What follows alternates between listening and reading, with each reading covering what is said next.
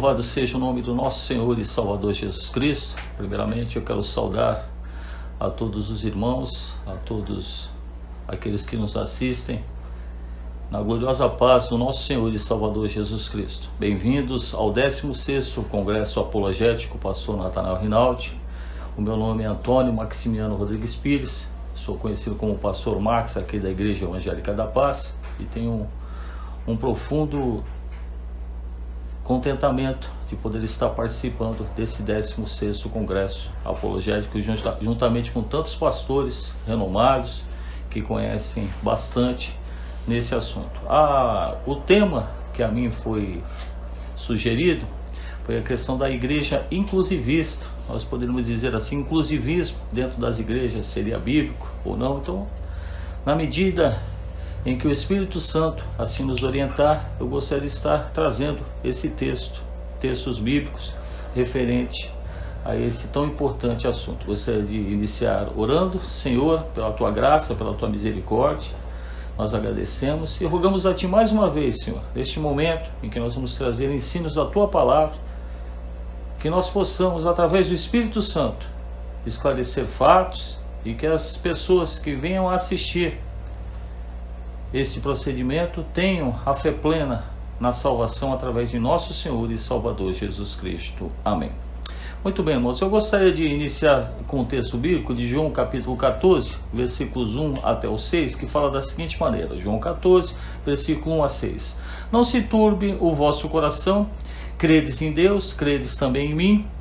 Na casa de meu pai há muitas moradas, se não fosse assim, eu vou-lo teria dito, pois vou preparar-vos lugar. E se eu for e vos preparar lugar, virei outra vez, e vos levarei para mim mesmo, para que onde eu estiver, estejais vós também. Mesmo vós sabeis para onde eu vou, e conheceis o caminho. Disse-lhe Tomé: Senhor, nós não sabemos para onde vais, e como podemos saber o caminho? Disse-lhe Jesus: Eu sou o caminho, a verdade e a vida. Ninguém vem ao Pai, senão por mim. Amém? Glorificado seja o nome de Jesus. Muito bem, irmãos.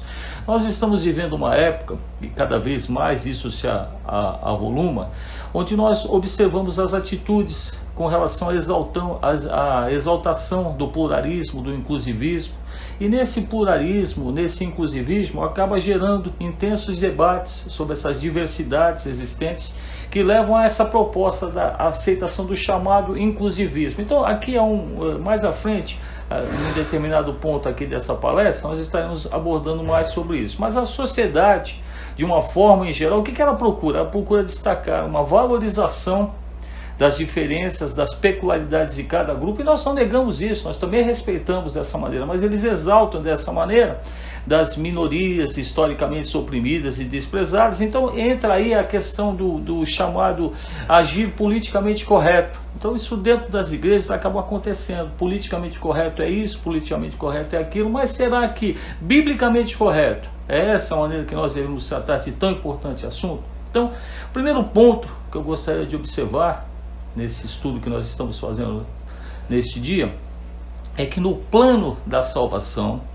estabelecido por Deus através de Jesus Cristo, abrange todos os seres humanos, ou seja, todos estão incluídos no chamado da salvação. Repetindo para não ficar dúvida alguma, o primeiro ponto que nós precisamos destacar quando nós falamos de inclusivismo ou exclusivismo é esse: o plano da salvação que foi estabelecido por Deus através de quem? De Jesus Cristo. Ele inclui a todos os seres humanos, ou seja, todos estão incluídos no chamado da salvação. Isso fica bem entendido. Esse é um texto que os inclusivistas usam muito. A gente vai também explorar um pouquinho se realmente é essa a teoria que eles levantam ou a realidade é diferente. Então o primeiro ponto aqui, João capítulo 3, versículo 16, fala assim: porque Deus amou o mundo de tal maneira que deu seu Filho unigênito para que todo aquele que nele crê não pereça, mas tenha a vida eterna. Então esse texto aqui, ele revela a vontade de Deus, que a salvação seja para todos. Mas será que isso é um ponto para nós aceitarmos? Não. Então o inclusivismo está correto.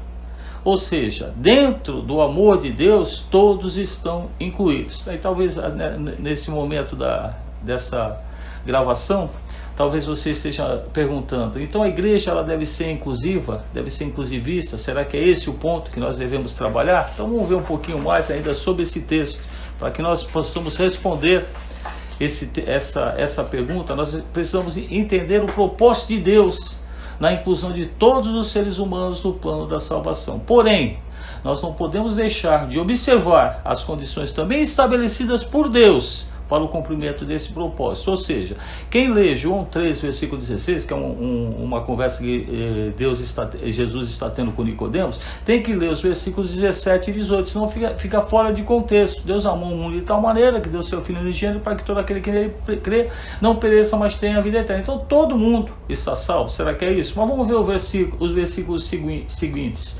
Então, nesse ponto do estudo que nós estamos levantando, talvez nesse momento venha essa pergunta. Então a igreja ela deve ser inclusivista? Será que é assim que nós devemos entender? Nós estamos falando aqui sobre essa palestra de exclusivismo e inclusivismo. Será que é isso que nós devemos entender? A igreja tem que ser inclusivista? Então, para nós respondermos essa pergunta, nós precisamos entender o propósito de Deus na inclusão de todos os seres humanos no plano da salvação. Nós falamos, João 3,16 fala que Deus chamou a todos para a salvação. Então, todos os seres humanos estão incluídos no plano estabelecido por Deus para a salvação através de Jesus Cristo. Porém, nós não podemos deixar de observar as condições estabelecidas por Deus para o cumprimento desse propósito. Por quê?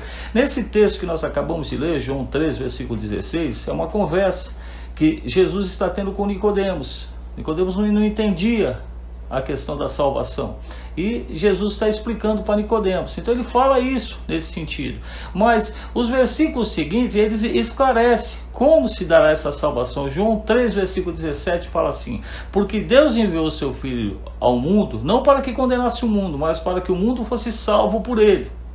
Versículo 18: quem crê nele não é condenado, mas quem não crê já está condenado, porquanto não crê no nome do unigênito Filho de Deus. Então, dessa forma, nós podemos responder que sim, a igreja deve ser inclusivista.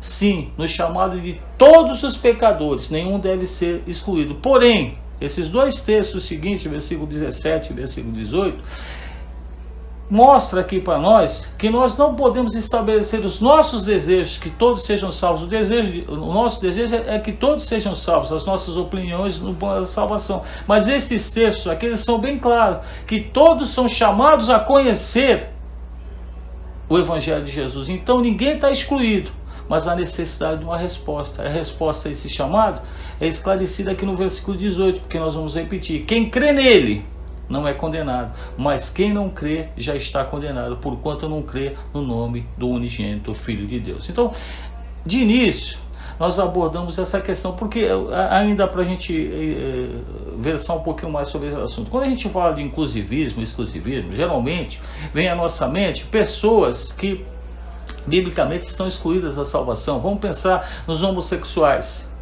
A Bíblia nos fala sobre isso, que ficarão fora do reino de Deus. Mas será que é só isso? O exclusivismo só trata sobre isso de homossexuais, de adúlteros, alguma coisa assim? Não, nesse sentido não, ele abrange no total. Todas essas pessoas são pecadoras, mas elas estão incluídas no plano de salvação de Deus. A necessidade do arrependimento, a necessidade de crer para que haja salvação, ok? Aí o que acontece? Nisso tudo vem a questão religiosa. Essa questão do inclusivismo, do exclusivismo, entra a questão religiosa. E onde é que está o perigo disso tudo? Às vezes as pessoas falam, mas por que você debate tanto sobre isso? Onde é que está o perigo nisso tudo? Porque os defensores dessa teologia, dessa teoria, melhor dizendo, do inclusivismo, eles argumentam o quê? Que não há necessidade do conhecimento do Evangelho ou crer em Jesus para a salvação. O que acontece? Esse conteúdo da fé, segundo eles, não é necessário. Deus vai atingir a todos sem a necessidade de nós crermos e nós conhecermos a palavra. Então eles acabam usando textos bíblicos. E quando eu falei do perigo, onde é que entra o perigo? Entra o perigo da questão das igrejas, onde as pessoas acabam falando, não, a igreja não tem necessidade. Se não há necessidade da pessoa conhecer o Evangelho, se não há necessidade da pessoa crer em Jesus Cristo, porque ela vai ser salva, ela vai ser alcançada de uma maneira ou outra, ela vai ser alcançada pela uma outra crença, ela vai acabar sendo alcançada. As igrejas cristãs, elas acabam sendo atingidas nesse sentido, nessa teoria. Então eles acabam usando textos bíblicos como a carta de Paulo aos Romanos, capítulo 1, 2 e 3, onde ele está falando da necessidade da salvação aos judeus em si, que a lei que eles cumpriam não daria salvação a eles. Então ele fala sobre a lei, mas fala sobre o evangelho de Jesus. Então ele está falando que apesar do conhecimento geral daquelas pessoas, eles não estariam salvos nesse sentido.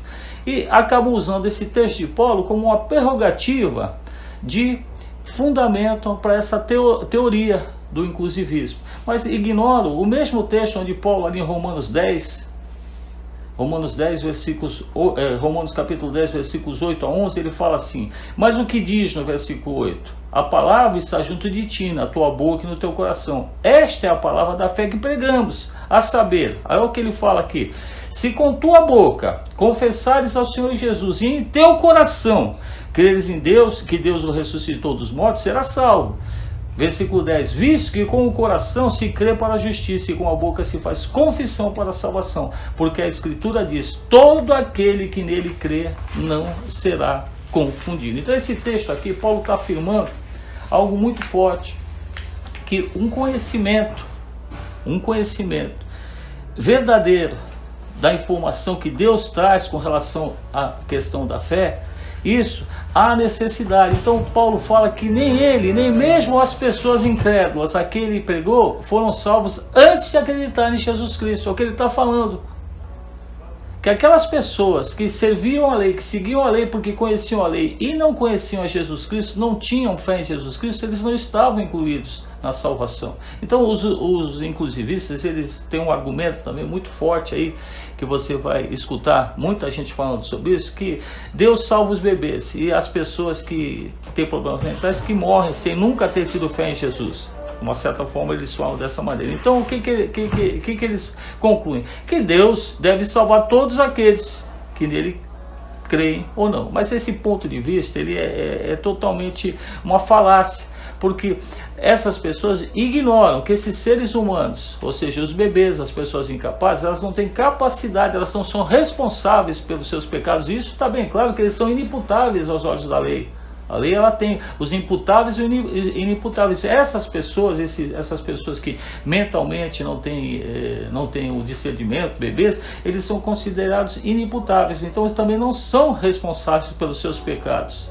Esse é a questão perigosa. Então aí começa essa questão de contestar a necessidade da igreja. Se não há necessidade de salvação através de Jesus Cristo, não há necessidade de nós pregarmos o evangelho. Então onde pega? Eu queria que os irmãos nesse ponto entendessem o perigo que é nós não temos esse conhecimento e não temos a aptidão necessária para respondermos às pessoas que nos perguntam sobre isso, ok? Então, se não há necessidade de pregar o evangelho, então não há necessidade de missões cristãs, não há necessidade de igrejas. Então, à luz desse e de outros problemas do inclusivismo, não deve ser considerado uma opção viável aos cristãos. Então, aí vem a questão: mas como é que cremos e no que nós cremos? O que nós cremos e como é que nós cremos? O verdadeiro cristão, você que está nos assistindo, o verdadeiro cristão, ele crê que Jesus é o único caminho. João 14, versículo 6, é o único caminho para a salvação, não há outro caminho. Então aí nós começamos a ver que há um exclusivismo para a salvação. Então esse conceito, ele nos coloca como exclusivistas e é sustentado por 4 pontos fundamentais que eu queria trazer para os irmãos nessa palestra. 4 pontos que sustentam a nossa condição de exclusivistas. Então deixar bem claro que muitas vezes você pergunta ao irmão: você é inclusivista ou exclusivista? O irmão não sabe exatamente qual o teor, em que contexto que essa pergunta vem, e a maioria dos irmãos fala assim: não, eu sou exclusivista, eu sou inclusivista, eu acho que todos estão dentro do plano da salvação. Amém. Mas no âmbito da salvação, nós somos inclusivistas ou somos exclusivistas? No âmbito da salvação, nós somos exclusivistas. Nós só cremos na salvação através do nosso Senhor e Salvador Jesus Cristo. Eu trago aqui 4 pontos fundamentais que nós precisamos entender. Primeiro, Jesus é o único Salvador, não há outra salvação. Somente no nome de Jesus Cristo nós temos salvação. E que salvação? Essa salvação do pecado. Se a gente pensar lá quando Paulo fala em Romanos 3, versículo 23, ele fala assim: todos pecaram e destituídos estão da glória de Deus. Se nós pegássemos esse texto e nós falássemos assim: todos pecaram e todos estão excluídos da glória de Deus. Será que haveria alguma modificação? Então Paulo está falando que num determinado momento o ser humano estava instituído na glória de Deus, mas devido ao pecado ele perdeu essa instituição na glória de Deus e agora ele foi destituído. Então há uma necessidade de uma reconstituição do ser humano junto a Deus. Então, voltando nessa questão de inclusivismo e exclusivismo, é o que Paulo está falando, todos estão excluídos da glória de Deus. Pelo pecado, todos nós somos excluídos da glória de Deus. 1 Timóteo capítulo 1, versículo 15, Paulo fala assim: esta é a afirmação fiel e digna de toda aceitação. Cristo Jesus veio ao mundo para salvar os pecadores, dos quais eu sou o pior. Então Paulo aqui está falando, olha, eu sou o pior dos pecadores. Paulo, um doutor da lei, Paulo, um homem letrado, Paulo, um filósofo, Paulo, uma pessoa que teve uma instrução dentro da lei, das maiores que nós podemos ler na Bíblia, foi Paulo quem teve. Ele está falando, dos quais eu sou o pior. Então, só aceitando a Cristo Jesus, que ele veio ao mundo para salvar a nós, os pecadores, nós temos essa condição. Então, o grande problema do mundo é o pecado. O grande problema do mundo é o pecado, não é o partido político X, não é o partido político Y, embora dentro desse contexto de globalização isso seja incluído, mas o grande problema do mundo é o pecado. Todos cometemos erros, e esses erros estragam as nossas vidas. Então, quando nós pecamos, nos tornamos escravos do pecado. As pessoas acham que elas estão livres. Entra essa questão, não, vocês que são evangélicos, vocês vivem numa prisão, vocês vivem em regras. Sim, nós temos regras. As nossas regras, elas começam pela renúncia ao pecado. Então, o pecado que nos torna escravos dele, mas Jesus, ele veio para salvar os nossos pecados, apagando na cruz o nosso passado e nos dando vida nova, guiada por Deus. Então esse é o primeiro ponto que nós, como exclusivistas, nós devemos entender, que Jesus Cristo é o único Salvador. Não há salvação em nenhuma outra crença, a não ser na crença que nós temos que Jesus Cristo, o Filho de Deus, se fez carne, Jesus Cristo morreu na cruz por cada um de nós, pagou os nossos pecados, e assim nós estamos na condição novamente de estarmos instituídos na glória de Deus. O segundo ponto ainda, nós falamos 4, primeiro, Jesus é o único Salvador. O segundo, a salvação da condenação. Jesus em João capítulo 5, versículo 24, ele fala assim: eu asseguro, quem ouve a minha palavra e crê naquele que me enviou tem a vida eterna e não será condenado, mas já passou da morte para a vida. São palavras de Jesus, ensinamentos de Jesus, no sentido de nós entendermos. Então o pecado, ele traz o que? Ele traz a condenação. Nós merecemos castigo. Isso vem aquela questão da palavra graça e misericórdia, né? Graça, favor e merecido. Nós já não merecemos, mas fomos contemplados com essa graça. E a misericórdia? Misericórdia é Deus não fazendo em nós aquilo que nós merecíamos. A graça e a misericórdia é coisa maravilhosa. Quando você entende realmente o que os termos significam, isso traz a você um aumento da sua fé, um aumento da sua crença, do conhecimento da verdade, que é Jesus Cristo, ok? Então Jesus Cristo, ele levou o castigo em nosso lugar. Então Jesus salva da condenação do pecado. Todos nós estávamos condenados, mas Jesus nos salvou. O terceiro ponto que nós podemos abordar ainda é a salvação da morte. Olha o que Paulo fala aos Romanos capítulo 6, versículo 23. Pois o salário do pecado é a morte, mas o dom gratuito de Deus é a vida eterna em Cristo Jesus, nosso Senhor. Romanos 6, versículo 23. Então a morte é o resultado final do pecado. Pelo pecado entrou a morte no mundo. Todos pecamos. E por isso todos nós vamos morrer um dia. Mas em Jesus a morte não é o fim. Quando nós cremos em Jesus, nós recebemos a promessa da ressurreição e da vida eterna com Jesus. Esse é o terceiro ponto. O quarto ponto é que a salvação é pela graça. Efésios 2, versículo 8 e 9, que é um dos versículos assim, muito gostosos de você fazer a interpretação. Ele fala assim: pois vocês, numa leitura mais atualizada, pois vocês são salvos pela graça, por meio da fé. Isso não vem de vocês, é dom de Deus, não por obras, para que ninguém se glorie. Efésios 2, versículo 8 e 9. Então, o que eu quero falar para os irmãos? Que ninguém consegue merecer a salvação. Ninguém, nenhum de nós, por mais santos que sejamos, nós não conseguimos merecer a salvação. Nós podemos fazer muitas coisas boas, mas elas não apagam os nossos pecados. Somente Jesus pode nos salvar. Então isso nos coloca na condição de exclusivistas na salvação por Jesus. Somente Jesus pode nos salvar. Ele morreu no nosso lugar, ele ressuscitou para nos dar a salvação, e de graça, tudo que nós podemos e que nós precisamos fazer é crer nele e entregar a nossa vida a ele. Então Jesus nos salva. Se o inclusivismo é verdade, olha só o perigo aqui, irmãos. Se o inclusivismo é verdade, se Deus salva a todos, independente da crença, independente da fé, independente da manifestação, como fala da confissão dos nossos pecados, da confissão pela nossa boca, cremos em Jesus Cristo, confessamos com a nossa boca que Jesus Cristo é a nossa salvação, esse inclusivismo, ele elimina um problema que preocupa muitos cristãos. Sabe qual que é? Que não precisa pregar o Evangelho. Esse é o ponto. Eu quero que os irmãos de tudo isso tirem o proveito do perigo. Quando nós falamos da questão da apologética, defesa da fé, há uma crítica muito grande sobre isso, principalmente no meio evangélico. Não pensem que o meio evangélico ele aceita essa questão de estudo apologético, de seminário apologético. Eles acham isso como desnecessário. Não há necessidade, mas a necessidade está aqui. Porque quando nós não combatemos essas heresias, quando nós não combatemos essas situações contrárias ao Evangelho, o que nós colocamos? Nós nos colocamos numa posição confortável, não há necessidade. Então para que nós vamos pregar o Evangelho? Para que se faz cultos ao Senhor? Para que se mantém missões cristãs no mundo? Então esse é o perigo. Então será que nós podemos crer nessa teoria do inclusivismo? Como cristão pensante, nós reconhecemos que a nossa vida é voltada ao Evangelho de Jesus Cristo. Nós precisamos mais e mais buscar a verdade e trazer a verdade. Então, o que eu quero que eu falo para os irmãos? Que quando nós falamos de um sistema de crença verdadeiro, qualquer sistema de crença verdadeiro, ele tem que concordar com as Escrituras, concordar com a Bíblia. E nesse nosso meio tem muito sistema de ensino religioso, muita doutrina religiosa que não concorda com a Bíblia.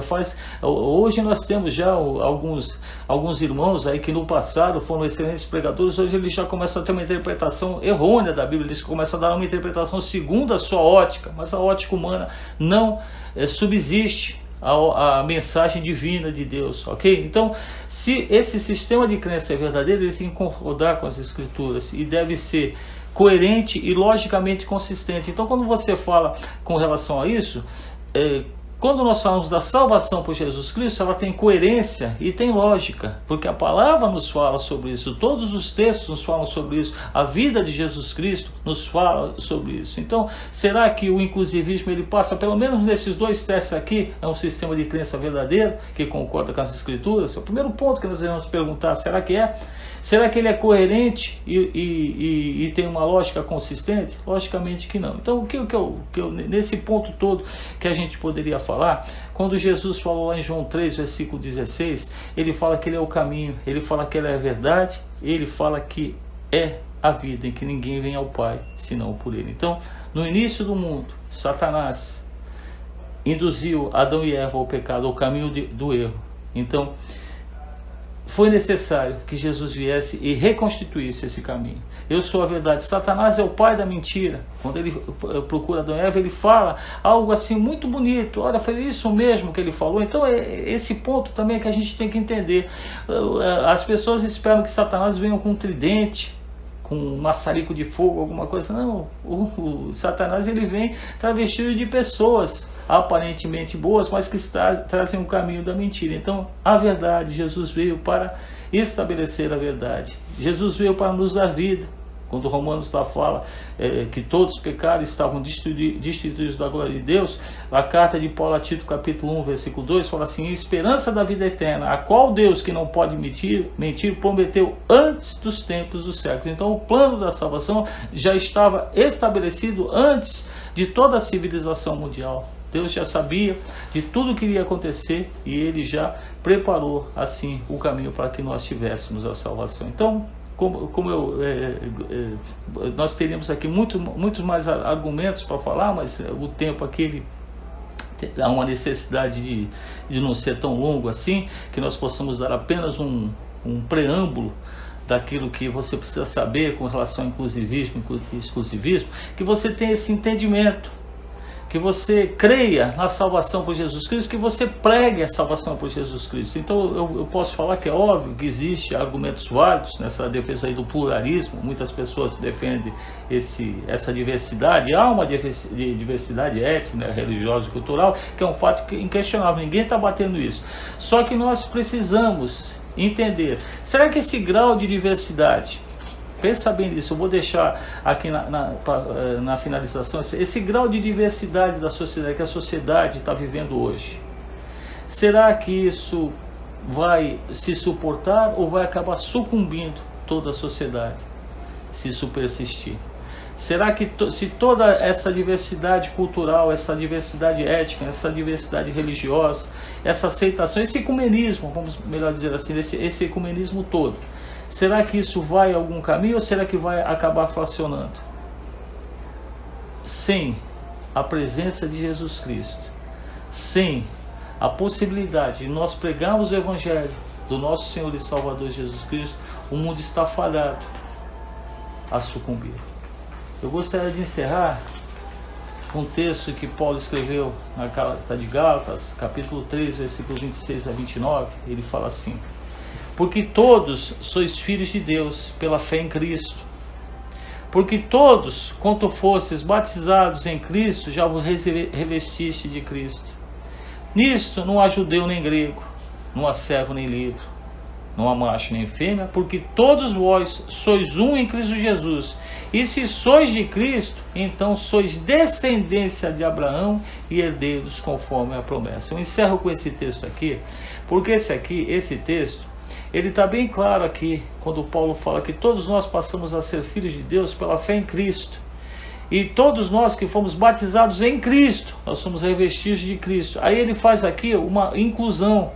Versículo 28, nisto não há judeu nem grego, não há servo nem livre, não há macho nem fêmea, porque todos vós sois uns em Cristo Jesus. Então, quando nós falamos em inclusivismo, nós falamos em inclusivismos em Cristo. Então eu respondo para você aquela pergunta do início: a igreja deve ser uma igreja inclusivista? Sim, inclusivista em nosso Senhor e Salvador Jesus Cristo. Fora de Jesus Cristo não há salvação. Então nós somos inclusivistas, sim, em Jesus Cristo, mas nós somos também exclusivistas porque somente Jesus Cristo é a salvação, somente Jesus é o caminho. João 14, versículo 6, eu sou o caminho, a verdade e a vida, ninguém vem ao Pai senão por mim. Eu espero que você tenha tido um entendimento pleno daquilo que nós estamos falando aqui e que você possa desenvolver a sua fé através desse sólido argumento, que é a salvação somente por nosso Senhor e Salvador Jesus Cristo.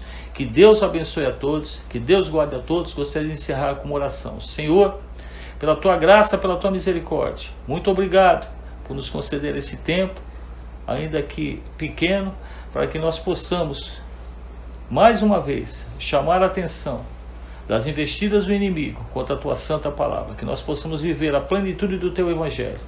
Em nome de Jesus nós pedimos, em nome de Jesus nós agradecemos. Amém.